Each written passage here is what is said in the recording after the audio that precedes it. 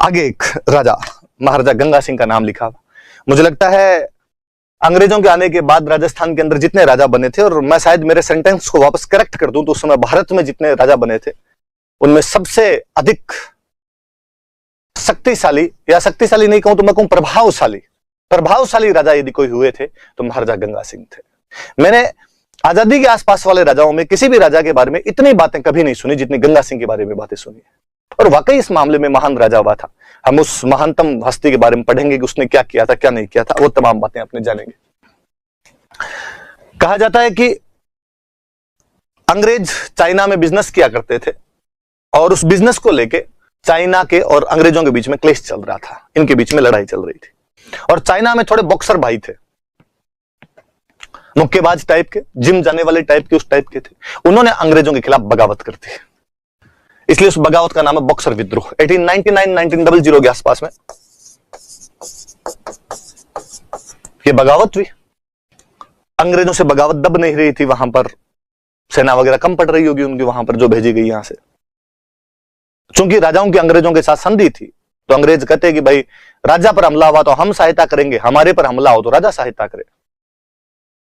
तो राजा ने गंगा सिंह को कहा कि गंगा सिंह, वो चाइना में बॉक्सर है, वो हमारे खिलाफ विद्रोह कर रहे हैं, तू दबा सकता है क्या जाके? इसने कहा ओ, अरे देख लेना, वो बॉक्सर है, जिम विम जाने वाले, यूं छोटे मोटे आदमी नहीं है, दब तो जाएंगे तेरे से। इसने कहा रे, मिची मिची आंखों वाले, उनकी जितनी खुली रहती है ना उतनी मैं सोते टाइम खुली रखता हूं, उनको मैं झापड़ मार मार के मना दूंगा। तो बीकानेर की आर्मी गई, उन चाइना वाले बॉक्सरों को पटक पटक धोया इन लोगों ने। बड़े राजी हुए अंग्रेज इस बात पर, और अंग्रेजों ने चाइना वॉर मेडल दिया था, चीन युद्ध पदक दिया गया था इस बात के लिए। चाइना वॉर मेडल या चीन युद्ध पदक राजस्थान के किस राजा को दिया गया? तो गंगा सिंह को दिया गया था। ऐसा किस लिए दिया गया? क्योंकि उसने चाइना के अंदर जाके अंग्रेजों की तरफ से बॉक्सर विद्रोह या बॉक्सर रिबेलियन जो हुआ था उसको दबाने का काम किया था। 1899 का साल बड़ा दुर्भाग्यशाली साल था, और शायद मुझे लगता है अपने लिए तो बहुत ज्यादा दुर्भाग्यशाली था। मैंने बताया कि अपने गांव का जो कैलेंडर है उसको हम विक्रमी कैलेंडर कहते हैं। ये जो जिस कैलेंडर की हम बात कर रहे हैं, जो सन लिख रहे हैं, ये ग्रिगोरियन कैलेंडर है। गांव के अंदर अपना विक्रमी कैलेंडर चलता है। उस विक्रमी कैलेंडर के बारे में मैंने एक पिछली क्लास के अंदर बताया था कि वो जो विक्रमी कैलेंडर है वो इस कैलेंडर से, अपना जो ये आपका ग्रिगोरियन कैलेंडर है, इससे 57 साल पीछे चलता है, या विक्रमी कैलेंडर इससे 57 साल आगे चलता है। सॉरी, ये वाला जो है अपने वाला ग्रिगोरियन कैलेंडर जो है वो इससे 57 साल पीछे चलता है। और मैं सिंपल भाषा में बताऊं तो जो जनवरी फरवरी मार्च वाला जो कैलेंडर है अपना, ये वाला कैलेंडर जो है वो अपने जो मम्मी वाला कैलेंडर है, चैत बैसाख जेठ साठ वाला जो कैलेंडर है उससे 57 साल पीछे है। वो वाला 57 साल आगे है। कि जैसे मैं कहूं कि अभी 2020 चल रहा है, तो मम्मी वाले कैलेंडर में 57 साल की गिनती कर लो आगे, तो मम्मी वाले में चल रहा है 2077, चैत बैसाख जेठ वाले के अंदर उसमें 2077 चल रहा है, तो मतलब वो वाला 57 साल आगे रहता है। अब अंग्रेजों का साल चल रहा है, अंग्रेजी कैलेंडर का साल चल रहा है 1899। अपना जो विक्रमी कैलेंडर था वो 57 साल आगे करेंगे, एक जोड़ा तब तो 1956 और जोड़े तो 1956। तो अपने विक्रमी कैलेंडर के अंदर, विक्रमी संवत के अंदर जो साल था वो चल रहा था 1956, 1956। भयंकर भयंकर अकाल पड़ा था अपने यहां पर, लोग नाम लेना पसंद नहीं करते हैं। 1956 का साल था, इसलिए हम उसको 56 अकाल कहते हैं कि 56 साल में बहुत भयंकर अकाल पड़ा था। वैसे भी अपने राजस्थान में अकाल पड़ते ही रहते थे।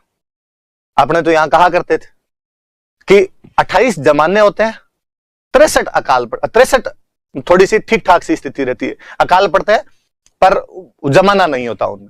और एक इतना भयंकर अकाल पड़ता है कि घर छोड़ के जाने पड़ते हैं।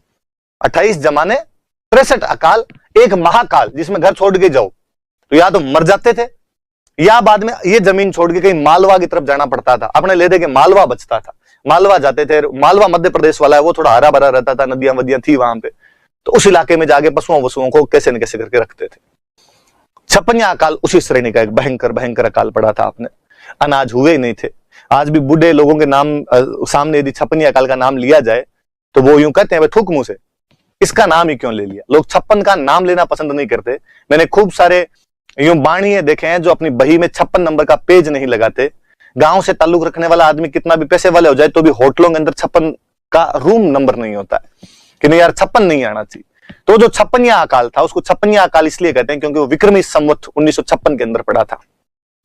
और केवल अकाल नहीं पड़ा हुआ था, उस साल हैजा फैला हुआ था, प्लेग फैल रखा था, बहुत भयंकर वाली चीजें हो रखी थी उस समय। तो वो तो उसी साल अंग्रेजों का एक गवर्नर जनरल अपने भारत में आया था, लॉर्ड कर्जन, 1899 के अंदर भारत आता है। तो अपने तिलक का तो स्टेटमेंट है, जो बाल गंगाधर तिलक थे उनका स्टेटमेंट है कि कितना दुर्भाग्य है कि अकाल, प्लेग और कर्जन तीनों एक साथ भारत आए, कि अकाल और प्लेग तो पड़ा हुआ है, कर्जन और बुरा आदमी है, ये भी इसी टाइम के और ऊपर अपने तो आ गया। तो तिलक का तो ऐसा स्टेटमेंट और दिया हुआ है कोई। तो कुल मिला के 56वें अकाल में बहुत भयंकर स्थिति थी। इवन गांव में यहां तक कहा जाता है कि खेजड़ी की पेड़ की जो छाल होती है, छाल उसकी, छोड़े जिनको अपने बोलते हैं, उनको पीस पीस के खा गए थे। पशु मर गए थे सारे के सारे। कोई मालवा ले गया था पशुओं को तो भले ही बाकी नहीं बचे थे। राजा गंगा सिंह ने ऐसे मौके पर अपने राज्य का खजाना लुटाया था, जगह जगह पे सदाव्रत खोले थे, गांव गांव में लोगों की ड्यूटी लगाई गई कि ढाणी ढाणी जाके पूछा जाए कि कोई व्यक्ति भूखा ना रह जाए। लोगों के टैक्स माफ कर दिए गए थे। बहुत अच्छी व्यवस्था, जितनी वह राजा संभाल सकता था उतनी व्यवस्था संभाली गई थी। बीकानेर के अंदर उस अकाल के असर को कम करने की कोशिश की गई। हालांकि प्रकृति के आगे किसकी चलती है, नुकसान भी हुआ था, इकोनॉमिकली नुकसान हुआ था, मानव संसाधन का लॉस हुआ था, लेकिन फिर भी उस राजा ने ज्यादा अच्छे तरीके से स्थिति संभाली। इसलिए अंग्रेजी सरकार ने कहा, अंग्रेजी सरकार बेचारी खुद लगी हुई थी अकाल की स्थिति को संभालने के लिए। इवन लॉर्ड कर्जन उस समय एंटनी मैकडोनाल्ड कमीशन बनाता है, जो एंटनी मैकडोनाल्ड कमीशन इस फेमाइन के लिए बनाया गया था, अकाल के लिए बनाया गया था। तो अंग्रेजों ने कहा हम तो प्रयास कर ही रहे हैं, पर भारत में एक राजा और है जो ऐसे अकाल से निपटने के प्रयास कर रहा है। इसलिए अंग्रेजों ने उस व्यक्ति को, उस महाराजा को अपना सबसे बड़ा मेडल दिया, एक कैसर-ए-हिंद। ये कैसर-ए-हिंद मेडल अंग्रेजों ने गंगा सिंह को दिया था क्योंकि उसने 56वें अकाल की स्थिति के अंदर अपनी प्रजा को बचाने का प्रयास किया था, अकाल के प्रभाव को कम करने का प्रयास किया था। कैसर एक जर्मन भाषा का शब्द है जिसका मतलब होता है सम्राट। तो तुम हिंदुस्तान के सम्राट हो। लॉर्ड कर्जन बहुत अच्छा बोलते हैं गंगा सिंह के बारे में कि हमें जब पता चला कि यार तुम इतना अच्छा यहाँ पे प्रबंध कर रहे हो तो मैं चाहूंगा कि तुम्हें कैसर-ए-हिंद दिया जाए। तो गंगा सिंह को कैसर-ए-हिंद दिया गया था। तो याद रहे कि बीकानेर के कौन से राजा को अंग्रेजों ने कैसर-ए-हिंद दिया था, तो गंगा सिंह को। किस वजह से, तो 56वें अकाल की स्थिति के अंदर ढंग से मैनेजमेंट करने की वजह से, बक्सर विद्रोह दबाने की वजह से। चीन युद्ध पदक दिया था, चीन वॉर मेडल दिया था, क्योंकि ये तो चीन के अंदर दबा के आए थे। अंग्रेजों का टाइम था, देश में लोकतंत्र की बयार आ रही थी। अंग्रेज भले कितने ही बुरे थे, लेकिन एक बात के लिए मैं हमेशा उनका ऋणी आभारी रहूंगा कि उन लोगों ने हमें लोकतंत्र दिया। एक लंबी लड़ाई के बाद में भले हमने संघर्ष करके प्राप्त किया हो, पर उन्होंने टाइम टू टाइम अपने थोड़े बहुत सुधार वो करते रहे, और उन सुधारों की बदौलत 1947 के अंदर हम पूर्ण लोकतंत्र प्राप्त करने में सफल रहे। मुझे कई बार लगता है कि यदि अंग्रेज नहीं आए हुए होते तो अपने देश में अभी तक राजा महाराजाओं का राज चल रहा होता। दिल्ली की सल्तनत पर अभी भी औरंगजेब का कोई 39वां या 40वां वंशज बैठा रहता और आप और मैं उसके चमट ढुलाते रहते। मुझे लगता है तमाम राजतंत्र की स्थिति हमारे राजस्थान के अंदर रहती, मैं हमारे जूनागढ़ के आगे कहीं भला लेके खड़ा रहता। आप में से भी तमाम लोग अपने अपने राजाओं के वहां पर काम करते, क्योंकि साधारण लोग थे हम, या तो खेती करते या सैनिक हुआ करते थे। और मैं हमेशा इस बात को और कहता हूं कि राजतंत्र भले कितना भी अच्छा हो जाए, अच्छे से अच्छा राजतंत्र है वो कभी भी लोकतंत्र से अच्छा नहीं हो सकता है। लोकतंत्र हमेशा राजतंत्र की स्थिति में हमेशा अच्छा रहेगा। मैं एक दिन क्लास के अंदर यूं बातें बता रहा था, तो मैंने कहा कि भाई अच्छा से अच्छा जो राजतंत्र है वो भी लोकतंत्र की बराबरी नहीं कर सकता। लोकतंत्र कभी भी राजतंत्र से बुरा नहीं हो सकता है, राजतंत्र कभी भी लोकतंत्र से अच्छा नहीं हो सकता है। स्टूडेंट बैठे थे क्लास में और एक स्टूडेंट बोले कि सर इतना भी नहीं है अब जितना आप कह रहे हो, राजतंत्र भी अच्छे होते हैं, लोकतंत्र भी बुरे होते हैं। मैंने कहा उनको एग्जैक्टली आपने जो कहा उस बात से मैं भी सहमत हूं। मैं मेरी बात को 100% नहीं कहता, हो सकता है आप वाली बात में भी सत्यता हो, कुछ सत्यता मेरी वाली बात में, कुछ सत्यता आप वाली बात में।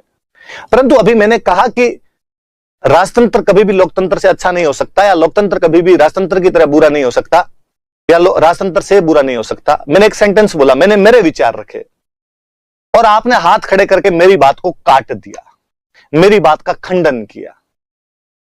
एग्जैक्टली यही लोकतंत्र है।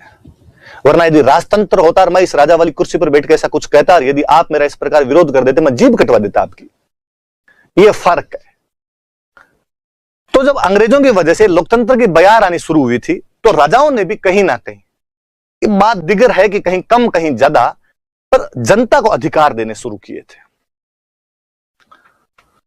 लोकतंत्र क्या है? जनता का तंत्र होना चाहिए। राजतंत्र क्या है? केवल राजा का तंत्र हो। पर इन राजाओं को जब ये बाहर अंग्रेजों के साथ में रहे, बाहर इंग्लैंड गए, कहीं पढ़ने के लिए मेयो कॉलेज के अंदर गए, वहां किताबें पढ़ी, तो इनको लगा कि यार नहीं, जनता के पास भी राइट्स होने चाहिए। हालांकि राजतंत्र कभी भी जनता को पूर्ण अधिकार नहीं देता, परंतु राजतंत्र में जनता को यदि थोड़े अधिकार भी दिए जाते हैं तो मुझे लगता है बहुत बड़ी बात होती है कि कोई राजा इतनी दिलेरी भी दिखा पाता है। 1913 में गंगा सिंह ने बाकायदा एक आज की जो आप विधानसभा है या आज की जो संसद होती है उसी प्रकार की एक पार्लियामेंट बीकानेर में बनाने की कोशिश की थी, जिसका नाम है पीपुल्स रिप्रेजेंटेटिव असेंबली, लोगों के प्रतिनिधियों की सभा, प्रजा प्रतिनिधि सभा जिसको कहा जाता है। तो याद रहे कि प्रजा प्रतिनिधि सभा की स्थापना राजस्थान में कौन से राजा ने की थी? तो बीकानेर के राजा गंगा सिंह ने की थी। राजस्थान में लोकतंत्र जैसा कुछ करने का यह पहला प्रयास है। ऐसा कब किया गया था? तो 1913 के अंदर किया गया था। हालांकि बाद में इसका नाम बदल दिया गया था, व्यवस्थापिका सभा या इंग्लिश में लेजिस्लेटिव असेंबली इसको बोलने लग गए थे। इसमें शुरुआत में 35 मेंबर थे, फिर बढ़ा के मेंबर भी 42 कर दिए गए थे इसके। लेकिन इतना याद रहे, अपने काम की बात इतनी। आरपीसी में क्वेश्चन पूछा हुआ है कि प्रजा प्रतिनिधि सभा की स्थापना कहां की गई थी? तो बीकानेर में की गई थी। कब की गई थी? तो 1913 के अंदर की गई थी। तो याद रख लेना बात, अपने काम की बात इतनी है। पीपुल्स रिप्रेजेंटेटिव असेंबली बोलते हैं। हम आगे पढ़ेंगे।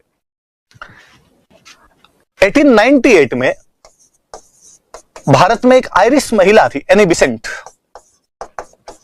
हम जब मॉडर्न इंडिया पढ़ेंगे तब मैं और बताऊंगा कि एनी बेसेंट आयरलैंड से आई हुई एक महिला थी जो यहां पर थियोसॉफिकल सोसाइटी नाम के एक संगठन में काम किया करती थी।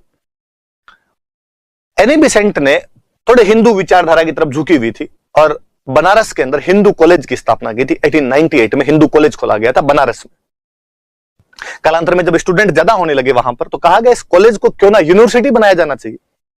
अंग्रेजों के पास में जब प्रपोजल लेके गए कि इसे यूनिवर्सिटी बनाओ, तो अंग्रेजों ने कहा भाई यूनिवर्सिटी के लिए बहुत बड़ी बिल्डिंग चाहिए, बहुत बड़ा बजट चाहिए, इतना बजट एक बार हमारे पास में है नहीं।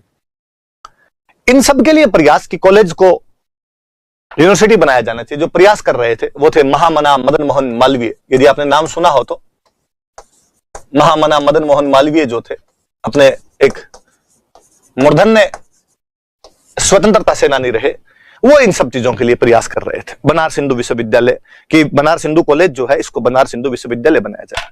जब अंग्रेजों ने कहा कि हमारे पास इतना बजट नहीं है, तो मालवीय जी बोले कि बजट मैं लेके आ जाऊं तो फिर तो बना दोगे, मान्यता देनी और बाकी व्यवस्था करनी वो तो कर दोगे। अंग्रेजों का कर देंगे, पर तू लाएगा कहां से इतने रुपए? यूनिवर्सिटी के लिए बहुत ज्यादा रुपए चाहिए। उसने कहा यार भारत में भामाशाहों की कमी है, कोई रुपए ला देंगे आपको, रुपए की चिंता ही मत करो आप। अंग्रेजों का ठीक है, हम जितना कर सकते हैं हम करेंगे, आप जो कर सकते हो आप कर लो। मालवीय जी अब रुपए किससे ले? रुपए किसके पास हो? या तो सेठों के पास या राजाओं के पास। मालवीय जी ने लिस्ट बनाई एक, भारत में सेठों की और भारत में राजाओं की, और तमाम जगह घूमने लगे। सब राजाओं को जा जा कहा भाई पैसे दिए जाए। तमाम राजाओं ने दिल खोल के पैसे भी दिए।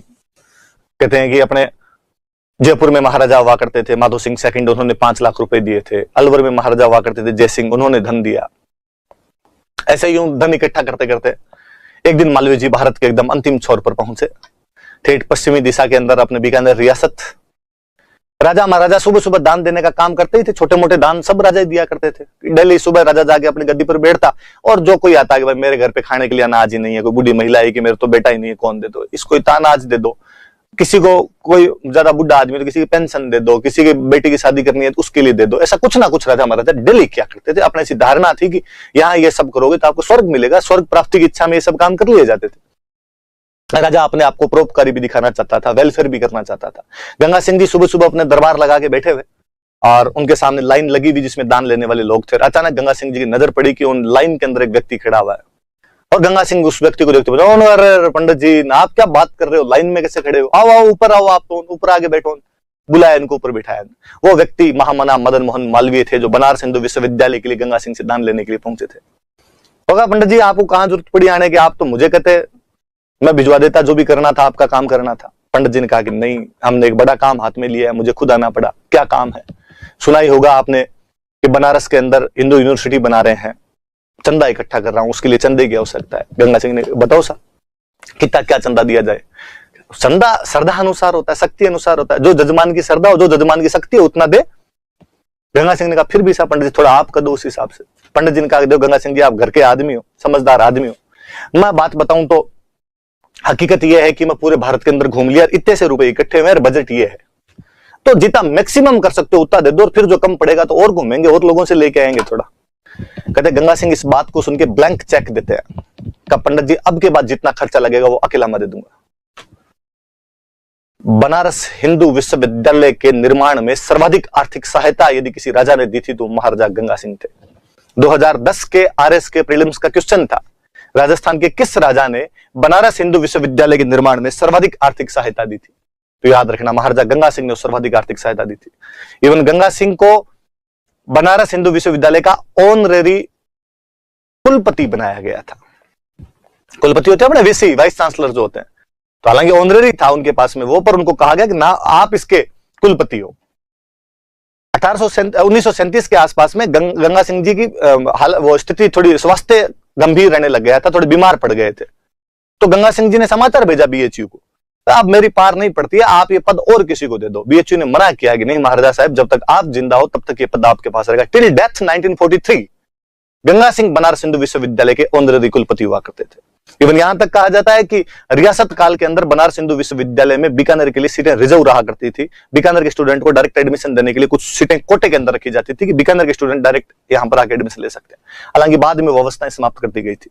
तो याद रहे कि बनारस हिंदू विश्वविद्यालय के लिए सबसे अधिक पैसा यदि किसी ने दिया था तो गंगा सिंह ने दिया था। गंगा सिंह ने तो दिया ही था, राजस्थान के बाकी तमाम राजाओं ने भी सहायता की थी। और मदन मोहन मालवीय की शिक्षा के योगदान को देखते हुए मोदी सरकार ने बाद में जब अटल बिहारी वाजपेयी जी को भारत रत्न दिया था तो इनके साथ में मदन मोहन मालवीय को भी भारत रत्न दिया था। दोनों भारत रत्न एक साथ में दिए गए थे। तब पूछा गया भाई मदन मोहन मालवीय को भारत रत्न क्यों दिया जा रहा है? क्योंकि भारत सरकार ने लगभग एक पॉलिसी बनाई थी कि अपने जो स्वतंत्रता सेनानी थे उनको भारत रत्न ना दिया जाए, क्योंकि स्वतंत्रता सेनानियों का कद भारत रत्न से कहीं बहुत बड़ा है। और फिर यदि एक को दे दोगे तो सवाल उठेगा कि दूसरे को क्यों नहीं। भगत सिंह को दिया तो राजगुरु को क्यों नहीं, राजगुरु को दिया तो सुखदेव को क्यों नहीं, आपने सुभाष चंद्र बोस को दिया तो अशफाकुल्ला खान को क्यों नहीं। कुछ ना कुछ ऐसा मैटर उठ जाएगा। उनका कद बहुत बड़ा है, वो रत्न है, हमारे दिलों में उनका स्थान है, इसलिए ऐसा नहीं किया जाना चाहिए। तो मदन मोहन मालवीय को दिया तो लोगों ने पूछा भाई वाह मदन मोहन मालवीय? तो कहा गया कि उनके एजुकेशनल डेवलपमेंट, जो उनका एजुकेशनल कंट्रीब्यूशन है उसकी वजह से उनको ये सब दिया जा रहा है। अगले दिन अखबार के अंदर बहुत बड़े बड़े राजस्थान पत्रिका और दैनिक भास्कर वालों ने बड़े बड़े लेख छापे और कहा कि मदन मोहन मालवीय को उनकी शिक्षा की वजह से ये पुरस्कार दिया गया है। शिक्षा कहां क्या किया उन्होंने, और बताया कि उन्होंने बनारस हिंदू विश्वविद्यालय का निर्माण करवाया था। खूब सारी बातें उससे संबंधित और भी जो बातें थी वहां पे लिखी गई। मालवीय जी से संबंधित जो भी बातें थी वो वहां पर लिखी गई। मुझे उस दिन हमारे पत्रकारों की सोच पर बड़ी दया आई कि इन भोंगड़ों के पास में थोड़ी बहुत भी बुद्धि नहीं है। और इवन सिंगल राजस्थान पत्रिका भास्कर ने किसी ने यह नहीं लिखा कि उस बनारस हिंदू विश्वविद्यालय के अंदर जो ईंटें लगी हुई हैं उन ईंटों में सर्वाधिक योगदान हमारे राजस्थान का है। उस राजस्थान के राजाओं ने भी एक दूसरे प्रांत में बनने वाले उस विश्वविद्यालय के लिए अपने खजाने खोल दिए थे कि नहीं साहब यदि शिक्षा का काम आप कर रहे हो तो हम इस काम में आपके बढ़ चढ़कर भाग लेंगे। आप याद रखना इस बात को, जब भी बीएचयू का नाम आए तब गर्व से छाती चौड़ी करना कि साहब हमारे यहाँ पे रहने वाले लोगों ने, और राजाओं के पास में भी पैसे कहां से गया होगा, अपने बड़कों का टैक्स रहा होगा कोई, वो गया होगा। इसलिए हम सबका योगदान है, हमारे खून से सिंचित है कहीं ना कहीं वो सब, हमारी मेहनत उसके अंदर लगी होगी बनारस हिंदू विश्वविद्यालय में। याद रहे इस बात को। तो ये 1916 में जब बीएचयू बना था तो उसके लिए खूब सारे रुपए दिए थे गंगा सिंह जी। इतने में फर्स्ट वर्ल्ड वॉर शुरू हो गया। राजाओं की सेना फर्स्ट वर्ल्ड वॉर में अंग्रेजों की सहायता के लिए भेजी गई थी। गंगा सिंह की सेना भी फर्स्ट वर्ल्ड वॉर में सहायता के लिए भेजी गई थी। गंगा सिंह की जो सेना थी उस सेना का नाम था गंगा रिसाला। रिसाला का तो मतलब सेना होता है। गंगा सिंह की सेना थी इसलिए नाम गंगा रिसाला हो गया। ये वास्तव में कैमल कॉर्प्स थी, ऊंटों की सेना थी। राजस्थान का ये पश्चिमी भूभाग जो मिट्टी के धोरों से बना हुआ है, जिसके अंदर पहले सेना होती थी घोड़ों की, हाथियों की, पैदल की। वह दूरदर्शी राजा इस बात को समझता था कि इस क्षेत्र में ना तो घोड़ा चल सकता है, ना हाथी चल सकता है, ना पैदल चल सकता है। इस क्षेत्र में चले तो केवल रेगिस्तान का जहाज चले, ऊंट ही चल सकता है। इसलिए उस व्यक्ति ने तब ऊंटों की सेना बना दी थी कि यार ऊंटों की सेना होनी चाहिए। तो ऊंटों की सेना होगी तो वो यहां पे ढंग से काम कर पाएगी, ढंग से यहां पे इजीली मूवेबल होगी ऊंटों की सेना। गंगा रिसाला ने, मैंने यहां पर केवल फर्स्ट वर्ल्ड वॉर लिखा, मैं कहना चाहूंगा कि दोनों वर्ल्ड वॉर के अंदर भाग लेती है। फर्स्ट वर्ल्ड वॉर में भी लेती है और सेकंड वर्ल्ड वॉर में भी गंगा रिसाला ने भाग लिया था। फर्स्ट वर्ल्ड वॉर इसलिए लिखा कि थोड़ी बात बताने वाली थी। फर्स्ट वर्ल्ड वॉर में ब्रिटेन के खिलाफ लड़ रहे थे जर्मनी, टर्की, या आपके बुल्गारिया, ऑस्ट्रिया, हंगरी, ये सारे देश, ब्रिटेन, फ्रांस, इनके खिलाफ लड़ रहे थे। तो जब गंगा सिंह वहां पर सहायता करने के लिए गए, मैंने कभी और बात बताई होगी शायद ये आपको कि अंग्रेजों की तरफ से नियम होता था कि राजा और राजकुमार युद्ध के मैदान पर आ तो सकते हैं, सेना लेकर आ तो सकते हैं, लेकिन खुद युद्ध के मैदान में भाग नहीं लेंगे। लड़ने के लिए केवल आर्मी जाएगी, राजा पीछे बैठ के केवल डिक्टेट करेगा। और तरीका भी यही होता है कि सेनापति पीछे बैठ के डिक्टेट करेगी, तू लड़, ऐसे लड़, वैसे लड़, तू पहले जा, तू बाद में जा। खुद थोड़ी जाता है कोई लड़ने के लिए। आज भी हम यही तरीका अपनाते हैं कि आज यदि युद्ध हो जाए तो हमारे जो थल सेनाध्यक्ष है मनोज मरवण, वो आपके मरकंदे, वो खुद भाग लेने के लिए नहीं जाएंगे, सेना जाएगी, वो डिक्टेट करेंगे, पीछे दिशा निर्देश देंगे। पर अपने राजस्थान में जब तक राजतंत्र रहा तब तक एक राजाओं का उसूल रहा कि हम खुद जाएंगे। उनको लगता था फ्रंट पे जाके लीड नहीं करे इसका मतलब राजा किस बात का। खुद सर कटवाने से डर गया तो सेना तो कैसे सर कटवा पाएगी। और होता भी यही था। इसलिए ज्यादातर युद्धों में यदि राजा घायल होकर युद्ध से बाहर आ गया तो सेना उसके साथ के साथ बाहर आ जाया करती थी, और यदि राजा खड़ा रहता था तो सेना भी उसके साथ में लड़ लिया करती थी। गंगा सिंह जब वहां गए तो गंगा सिंह ने अंग्रेजों को कहा कि मैं खुद युद्ध में भाग लूंगा। अंग्रेजों का ना ना ना ना, हमारी पॉलिसी अलग है। हमारे ना राजा राजकुमार साथ में तो आते हैं पर कैंप में बैठे रहते हैं, सेना लड़ती है। गंगा सिंह का फिर मतलब क्यों बुलाया, क्यों था इतनी दूर से? मैं लड़ूंगा। एक्सेप्शनल कैसे है जब गंगा सिंह को उस युद्ध में उतरने की अनुमति दी गई, क्योंकि ऊंटों की सेना थी तो कहा गया इनको ऐसी जगह भेजा जाए जहां ऊंट काम आ सके, इसलिए टर्की उतारा गया उनको। तुर्की वाले इलाके में यहां पर ऊंट वगैरह काम आ सकते थे, क्योंकि टर्की का अरब वाले क्षेत्रों में अधिकार था और वहां पर अंग्रेज टर्की के खिलाफ लड़ रहे थे। कहते हैं वहां पे टर्की का जो ओटोमन एम्पायर हुआ करता था, उसके जो सेनापति थे जमाल मुस्तफा पाशा, उन जमाल पाशा को बीकानेर की सेना ने लगातार 10 युद्धों के अंदर हराया था। फर्स्ट वर्ल्ड वॉर के बाद में टर्की के पूरे साम्राज्य को छिन्न भिन्न कर दिया गया था, तोड़ दिया गया था। ओटोमन एम्पायर इतना सा बच गया था जो टर्की आज दिखाई देता है, जो पहले किसी टाइम में अरब, इराक, ईरान, फिलिस्तीन, इजराइल इन सब हिस्सों पर अपना अधिकार रखा करता था। तो वो छिन्न भिन्न करने वाला बीकानेर है, वो गंगा रिसाला है। तो याद रखना कि भाई गंगा रिसाला फर्स्ट वर्ल्ड वॉर में गया था, टर्की के खिलाफ वहां पर लड़के आया था। तो फर्स्ट वर्ल्ड वॉर में जब गंगा सिंह की सेना इतनी बहादुरी के साथ लड़ी, गंगा सिंह खुद इतना बहादुरी के साथ लड़ा, तो जब फर्स्ट वर्ल्ड वॉर खत्म हुआ, फर्स्ट वर्ल्ड वॉर खत्म होने के बाद कहा गया हार गए, Germany, Austria, Hungary, Bulgaria, Turkey हार गए। कहा गया जो देश हारे हैं इनके साथ क्या बर्ताव किया जाए। इन्होंने युद्ध शुरू किया, जर्मनी, ऑस्ट्रिया, हंगरी, इन्होंने जानबूझकर युद्ध शुरू किया था और मानवता को युद्ध के इस झंझावत के अंदर झोंक के रख दिया था। आगे से कोई ऐसा दानव ना बन पाए, आगे से शांति बनी रहे, इसके लिए एक मीटिंग की जानी चाहिए। पेरिस के अंदर वो मीटिंग बुलाई गई। 1919 में पेरिस शांति सम्मेलन बुलाया गया। वहां पर फ्रांस की राजधानी पेरिस में यह सम्मेलन हुआ, क्योंकि फ्रांस बढ़ चढ़कर उसमें जर्मनी के खिलाफ भाग ले रहा था। वो जो शांति सम्मेलन बुलाया गया तो कहते हैं उस शांति सम्मेलन में 32 प्रतिनिधियों ने भाग लिया था, 32 रिप्रेजेंटेटिव। आप जब वर्ल्ड हिस्ट्री पढ़ेंगे तो आप पढ़ेंगे कि उनमें अमेरिका के राष्ट्रपति वुडरो विल्सन थे, उसमें ब्रिटेन के प्रधानमंत्री लॉर्ड जॉर्ज थे, उसमें जो फ्रांस था वहां के प्रधानमंत्री क्लीमेंसू थे, और जो इटली थे उसके प्रधानमंत्री ओरलैंडो थे। इन चार को उसके बिग फोर कहा जाता है, वुडरो विल्सन, लॉर्ड जॉर्ज, क्लीमेंसू और जो आपके दूसरे ओरलैंडो, इटली वाले ओरलैंडो जो हुआ करते थे। ये चार बड़े लोग थे जिन्होंने उसके अंदर भाग लिया था। हालांकि 32 लोग थे उसमें भारत से राजाओं के प्रतिनिधि के रूप में एक ही व्यक्ति को अंग्रेजों ने भाग लेने के लिए आमंत्रित किया था, वो व्यक्ति गंगा सिंह थे। पेरिस शांति सम्मेलन में भारत से यदि किसी राजा को बुलाया गया था तो गंगा सिंह है। तो गंगा सिंह ने इस पेरिस शांति सम्मेलन में भाग लिया था। वर्साई की संधि, जिसको आप ट्रीटी ऑफ वर्साइलीज, जर्मनी के साथ में जो संधि की गई थी, इसी शांति सम्मेलन में तय किया गया कि जर्मनी, ऑस्ट्रिया, हंगरी, इनके साथ में कौन कौन सी संधियां की जानी चाहिए। वर्ल्ड हिस्ट्री में हम पढ़ेंगे इनके साथ में क्या क्या संधियां की गई थी, पर जर्मनी वाली वर्साई की संधि हम सबके मुंह पर रहती है। उस वर्साई की संधि पर भी साइन करने वाला गंगा सिंह था। अंग्रेजों ने 2 व्यक्ति, अंग्रेजों वाले भारत की तरफ से गए थे एसपी सिन्हा, सत्येंद्र प्रसाद सिन्हा, रियासतों वाले भारत की तरफ से गए थे गंगा सिंह जी। इवन गंगा सिंह जी 1918 में जब वर्ल्ड वॉर खत्म हुआ था, 14 से 18 तक वर्ल्ड वॉर चला था, तो ब्रिटेन में एक मिली जुली सरकार बनाई गई थी। सब दलों ने मिलकर एक सरकार बनाई थी कि भाई युद्ध का टाइम है, सब लोग युद्ध के अंदर शामिल हैं, तो पूरे देश एकजुटता का प्रदर्शन करे। तो ब्रिटेन का जो मंत्रिमंडल था उसमें गंगा सिंह सदस्य थे। सिंगल नॉन व्हाइट मेंबर यदि उस कैबिनेट का कोई था तो गंगा सिंह थे। एकमात्र अश्वेत सदस्य, बाकी सब गोरे उनके देश के, एकमात्र अश्वेत सदस्य को यदि उसका मेंबर बनाया गया था तो गंगा सिंह को उसका मेंबर बनाया गया था। यह पेरिस शांति सम्मेलन था। इस पेरिस शांति सम्मेलन में अमेरिका के जो राष्ट्रपति थे वुडरो विल्सन, जिनको हम फादर ऑफ पबेड के नाम से भी जानते हैं, पबेड पढ़ोगे तो पहले दिन उनका नाम पढ़ोगे, वो बड़े हावी रहे थे। आदर्शवादी बुढ़ा था वो, जो ये चाहता था कि मैं दुनिया से समस्त युद्धों को समाप्त कर दूं, और उन्होंने कहा कि आगे से युद्ध नहीं हो इसके लिए एक संगठन बनाया जाना चाहिए, और उस संगठन का नाम होगा राष्ट्र संघ। आगे इसमें वैसे आ जाएगा, मैं यहीं पर आपको बता देता हूं। हम वैसे इसको बोलते हैं league of Nations, league of Nations बोलते हैं, राष्ट्र संघ की बात थी। तो ये जो वर्साई वाली संधि हुई थी, इसके अंदर एक पॉइंट ये भी था कि राष्ट्र संघ बनाया जाना चाहिए। मैं आगे बताऊंगा गंगा सिंह से संबंधित कैसी चीज है। आप इतनी बात एक बार याद रखना कि पेरिस शांति सम्मेलन में भारत से एकमात्र राजा जिनको आमंत्रित किया गया तो गंगा सिंह थे।